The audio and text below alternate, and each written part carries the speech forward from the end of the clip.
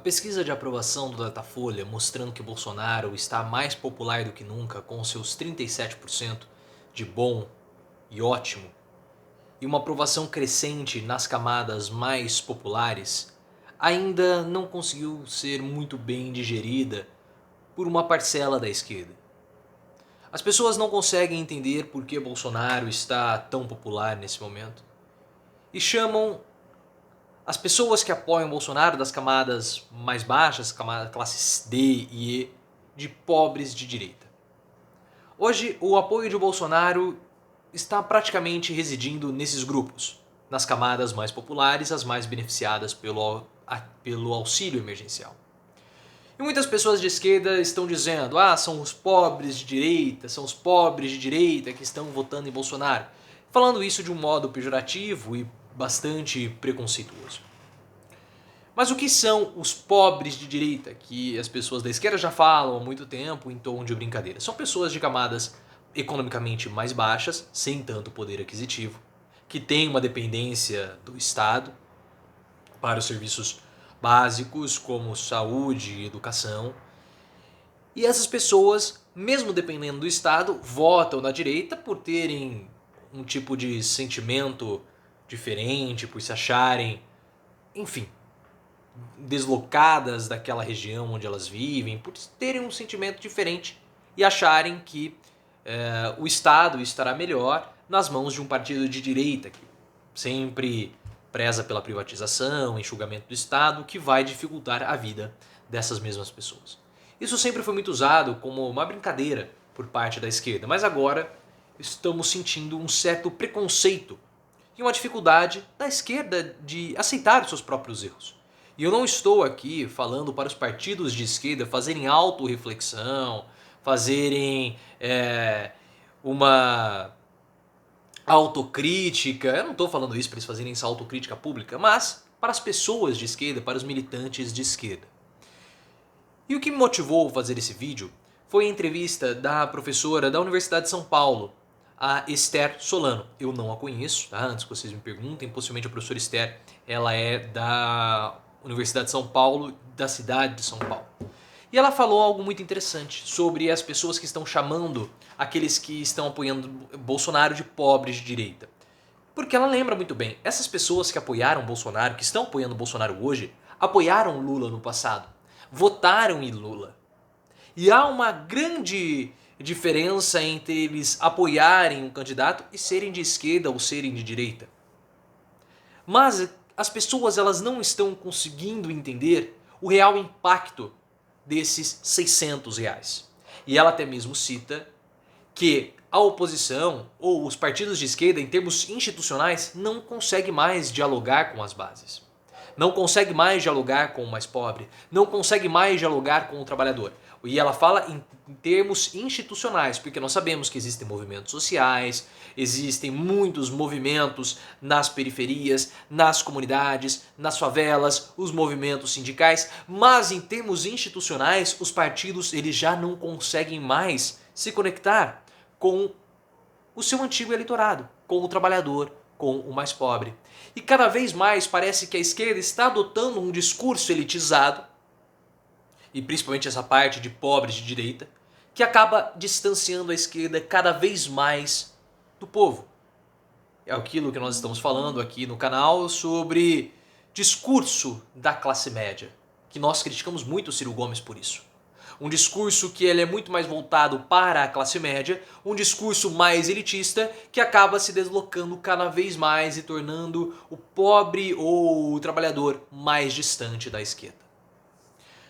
O que as pessoas não estão entendendo é que os R$600 eles foram fundamentais para essa aprovação do Bolsonaro. Pelo seguinte, existe uma coisa chamada pirâmide de Maslow. Maslow era um pesquisador na área de organizações, na área de comportamento humano. E ele percebeu que existem certas hierarquias de necessidades. Hierarquias mais básicas até hierarquias mais complexas. As hierarquias mais básicas são as necessidades, hierarquias mais básicas não, as necessidades mais abaixo dessa pirâmide, ou as necessidades mais básicas, são as necessidades fisiológicas. Comer, dormir, ir ao banheiro, descansar. Depois, a necessidade superior é a necessidade de segurança. Então a segurança do corpo, você cuidar da sua saúde, você ir ao médico, segurança da sua casa, segurança familiar. Em seguida, nós temos o amor. Então você ter a sua amizade, os seus relacionamentos pessoais, estar casado, estar em um relacionamento, se relacionar com as pessoas. Em seguida, nós temos a estima, que é a autorrealização, você se sentir bem, autorrealização não, você se sentir bem consigo mesmo, você se sentir realizado e por fim, a autorrealização. Quando você consegue, dentre outras coisas, pensar consigo mesmo, se sentir feliz, super realizado com a sua vida. O topo da pirâmide, que é a autorrealização, poucas pessoas conseguem chegar durante a vida. E você só consegue chegar no topo da pirâmide caso você consiga cumprir todas as suas outras necessidades. Mas em uma situação não só de crise sanitária, mas de crise econômica, você joga as necessidades humanas para a base da pirâmide, que são as necessidades fisiológicas. As pessoas precisam comer, as pessoas precisam dormir, as pessoas precisam comprar alimentos. Mas nessa crise que nós estamos vivendo, nessa crise sanitária atrelada com a crise econômica, as pessoas estão perdendo emprego, há uma dificuldade delas poderem adquirirem os seus alimentos. Então você fica numa necessidade imediata de resolver esse problema da sua alimentação hoje, agora. E o auxílio emergencial do Bolsonaro conseguiu atender isso. Ah, mas o auxílio não é do Bolsonaro, o auxílio é do Congresso. Mais ou menos, pessoal, mais ou menos. O Bolsonaro ele pode muito bem falar que o auxílio é dele, porque de fato o auxílio de R$600 é dele. Ah, mas foi o Congresso que lutou. Calma lá. Essa é aquela verdade um pouco estranha. Por exemplo, nós podemos dizer que o Corinthians, que o Chelsea, aquele time de futebol inglês, ele é freguês do Corinthians. Que o Chelsea nunca conseguiu vencer o Corinthians numa partida oficial. De fato, o Chelsea nunca ganhou do Corinthians. Foi um jogo só, uma vitória pro Corinthians. Mas você pode dizer, o Chelsea é freguês do Corinthians. É uma mentira? Não, não é uma mentira. E os R$600, eles são do Bolsonaro. Porque o Bolsonaro queria dar 200. Ah, mas o Congresso batalhou para dar 500. Tá, mas depois o Bolsonaro deu 600. Então, se fosse R$500, seria do Congresso. Mas é R$600, então é do Bolsonaro. Ele pode simplesmente falar, vocês queriam dar 500, eu dei 600. Então isso fica um pouco mais complicado, porque esses R$600, teoricamente, eles são do Bolsonaro. Atrelado aos R$600, nós temos um discurso da esquerda que não cola mais com a base. Um discurso ficando elitista, como a própria professora Esther falou, como eu já venho dizendo e apontando essas falhas no discurso do Ciro Gomes. Então, se você não tem um discurso que ele possa tocar na base, eles vão migrar para o Bolsonaro mesmo. E eles não estão errados em fazerem isso. Quem que resolve o problema? A esquerda com um discurso elitista? A esquerda com um discurso de classe média? A esquerda com um discurso para amanhã? Um discurso utópico? Ou alguém que vem e efetivamente entrega, resolve o problema da pessoa, como o Bolsonaro fez com R$600 e vai fazer com o Renda Brasil? Com quem vocês acham que eles vão ficar? É claro, eles vão migrar para o Bolsonaro. Porque não é só uma questão de agir, não é só uma questão de concretude, do Bolsonaro botar o dinheiro na mão dessas pessoas. Não é só isso. Há uma parte do discurso que é importante, que não cola mais. Não há mais identificação. Não há mais. Tanto que a própria professora falou, o Mano Brown falou também no comício do PT em 2018. O Tarcísio Genro, o presidente do PT, também falou isso. Nós falamos, a esquerda não dialoga mais com as suas bases.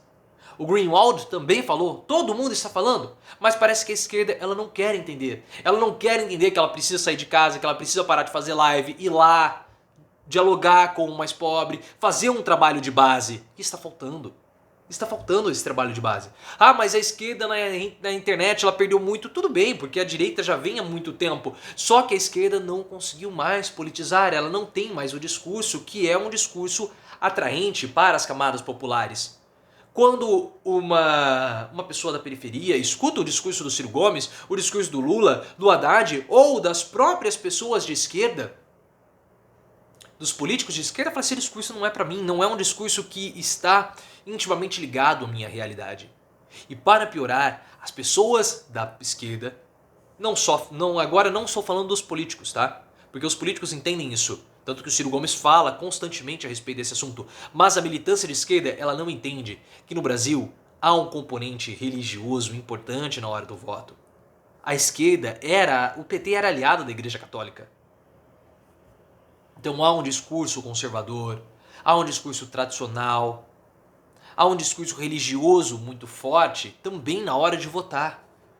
O Bolsonaro ele conseguiu prosperar na sua candidatura porque o lema do Bolsonaro é o lema do cidadão médio brasileiro. Deus, pátria e família.